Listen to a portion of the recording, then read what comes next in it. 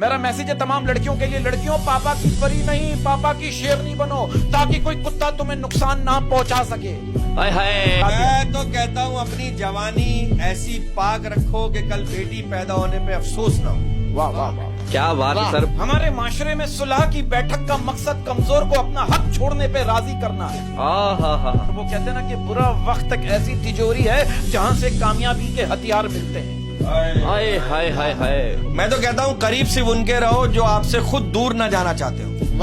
ہائے ہائے ہائے یار، اسی بات پہ ایک اچھی بات کہنا چاہوں گا کہ یار آپ یہ دیکھیں کہ محبت کتنا خوبصورت پروڈکٹ ہیں، لیکن افسوس یہ ہے کہ اس کی بہت ساری جعلی نکالیں مارکیٹ میں آ گئی ہیں۔ کوئی جسم کی ہوس کو محبت کہہ رہا ہے، کوئی پیسوں کی لالچ کو محبت کہہ رہا ہے۔